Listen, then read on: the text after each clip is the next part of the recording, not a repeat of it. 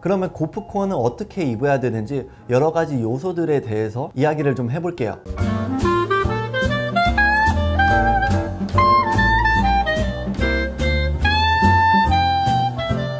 네, 안녕하세요. 호호씨입니다. 포멀한 수트 스타일, 아이비, 프레피 같이 수십 년 혹은 100년 이상 이렇게 구축된 장르들 말고 현대에 생긴 새로운 좀 변형이 된 그런 장르들이 있죠. 뭐 아메카지, 놈코어, 고프코어 뭐 이런 것들이 대표적인 예시라고 생각을 하는데요. 아메카지에 대한 것들은 제가 자세하게 영상으로 다뤄드린 적이 있기 때문에 오늘은 한 번도 얘기를 꺼내지 않은 고프코어라는 장르에 대해서 어떻게 생겨났는지, 어떤 아이템들을 스타일링해야 고프코어라는 장르를 잘 표현할 수 있는지, 어떤 브랜드들과 아이템들을 입어야 하는지 이런 것들에 대한 전체적인 부분들을 좀 이야기해 보도록 하겠습니다. 그럼 고프코어 어떤 장르인지 한번 봐볼까요?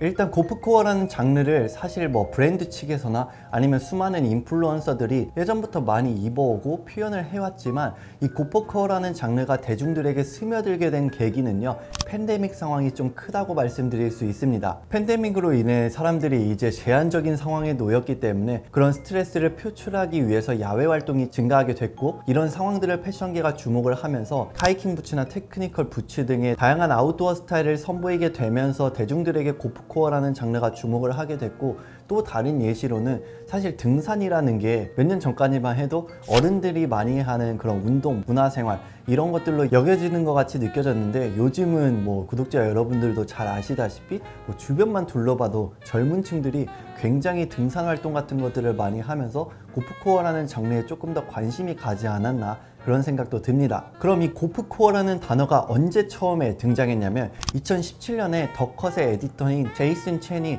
고프코어라는 단어를 처음 쓰기 시작하면서인데요. 고프코어를 정의를 해보자면 하이커들이 정말 즐겨 먹는 트레일 믹스를 설명하는 그 더 레인스 앤 피넛이라는 표현에서 영감을 받아서 고프를 따왔고, 코어를 더한 합성어라고 보시면 되고요. 하이킹 마운틴 웨어 같은 이런 기능성 웨어에서 영감을 받은 스트릿 컬처 중에 하나라고 보시면 됩니다. 루이비통 쇼에서 프랭크 오션이 마무트 패딩을 입는다라든지, 헤일리 비버가 노스페이스 아우터를 입는다라든지, 릴라티가 아크테릭스 제품을 입는다라든지, 에이셈 라키가 플리스를 입는 것 등 셀럽들이 고프코어 룩들을 잘 보여주고 있어요. 그리고 뭐 살로몬과 MM6의 콜라보, 또는 오프화이트나 질샌더 같은 하우스 브랜드들과 아크테릭스와의 콜라보, 이런 흐름만 보더라도 아웃도어 브랜드들의 위상이 점점 더 높아지고 있는 듯한 느낌이 듭니다. 본인이 표현하고자 하는 장르마다 필수적으로 보여줘야 하는 실루엣, 아이템 이런 것들이 있잖아요. 예를 들어서 아이비 하면은 뭐 치노 팬츠에 옥스포드 버튼다운 셔츠에 로퍼 같은 거라든지, 프레피면은 아이비보다는 조금 더 경쾌하고 밝은 컬러감을 쓰는 거, 미니멀이라면은 버튼이나 포켓이 최소화되거나 좀 절제된 디자인들 이런 것들이요. 그러면 고프코어는 어떻게 입어야 되는지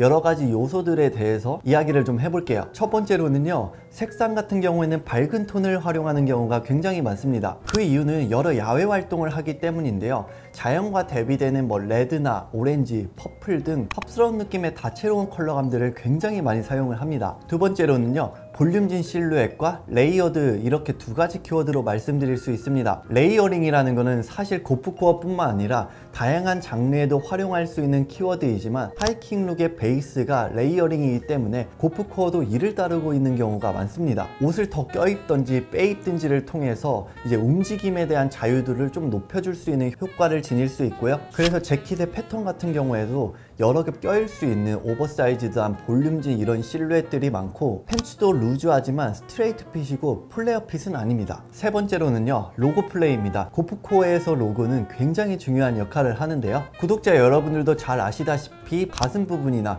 소매 부분에 로고를 많이 다는 경우가 많은데, 로고를 보여주는 것만으로도 일단은 브랜딩이 되고요, 그거는 품질을 표시하는 효과도 있습니다. 또한 리플렉티브 요거를 통해서 가시성을 높이는 효과도 보여주기도 합니다. 그 외에 디테일들을 말해보자면은 필수품들을 보관할 수 있는 뭐 입체 포켓 같은 것들이 많고요. 옷은 느슨하지만 조절이 가능한 스트링이나 스트랩 디테일들의 제품들, 유연성이나 발수성이 좋은 원단이라든지 립스탁 같은 기능성 소재들을 많이 활용하곤 합니다. 덧붙여서 아이템들을 좀 나열을 해보자면은 다운 재킷이라든지 유틸리티 재킷, 테크니컬 부츠, 하이킹 부츠, 뭐 플리스 등 여러가지 제품들을 활용하면 고프코어를 잘 표현할 수 있습니다. 그 다음은 브랜드들에 대해서 이야기를 해보자면, 아웃도어 기반의 브랜드들이 아니더라도 굉장히 다양한 브랜드들에서 아웃도어 느낌을 낼 수 있는 피스들을 많이 선보인다고 생각을 하기 때문에 그런 피스들만 활용을 해도 충분히 고프코어 느낌을 낼 수 있다고 생각을 하는데요. 그 중에서 고프코어를 즐겨 입으시는 분들이 자주 찾는 브랜드들이나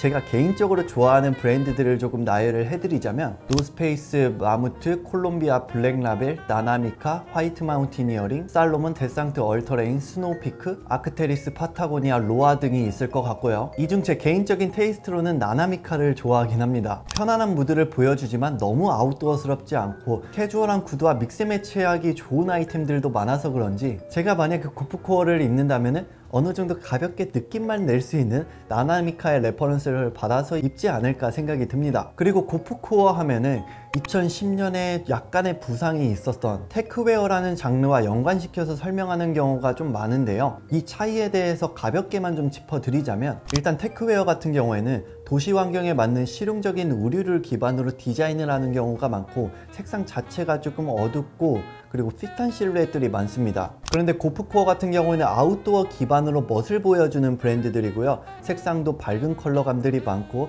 그리고 볼륨지고 좀 루즈한 실루엣들을 많이 보여줍니다. 이 정도 가벼운 차이만 아셔도 테크웨어와 고프코어를 좀 구분지어서 멋스럽게 스타일링을 할 수 있지 않을까 생각이 드네요. 여기까지 고프코어라는 장르를 가볍게 좀 얘기를 해봤는데요.